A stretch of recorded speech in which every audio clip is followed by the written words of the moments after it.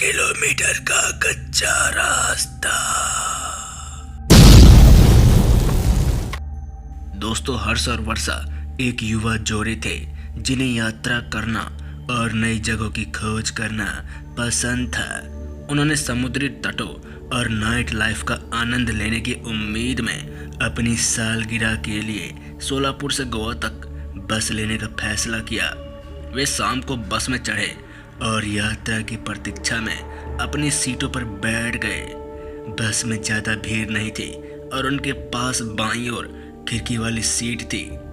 जैसे ही बस खेतों को पार करते हुए हाईवे पर आगे बढ़ी, उन्होंने दृश्यों को बदलते देखा। रास्ते में उन्होंने बातचीत की, संगीत सुना और कुछ रोमांचक फिल्म देखा। आधी रात के आसपास बस अंधेरे को चीरते हुए तकरीबन 2 किलोमीटर का सुनसान कच्चा रास्ता को पार करती है और तब जाकर बस ड्राइवर कहता है कि अरे सुनो, अभी कुछ देर आराम करने के लिए एक ढाबे पर रुकेंगे। ठीक है, बस आधे घंटे के लिए रुकेगी और फिर यात्रा वापस शुरू होगी। हर्ष और वर्षा कुछ अन्य यात्रियों के साथ बस से उतरे और ड्राइवर के पीछे पीछे ढाबे तक गए। वो ढाबा दिखने में काफ़ी सुनसान लग रहा था क्योंकि वो सुनसान रास्ते में था और उसके आसपास पूरा अंधकार फैला हुआ था। ढाबे के बाहर कुछ मेजें और कुर्सियां थी और अंदर हल्की रोशनी वाली रसोई थी। वहां पर एक साइन बोर्ड लिखा था, बैठो, बैठते रहोगे।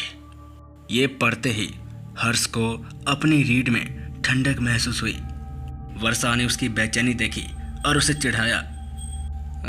हर्ष, फालतू की बातें मत करो, ये लोग वैसे ही मजाक करने के लिए लिख दिए होंगे।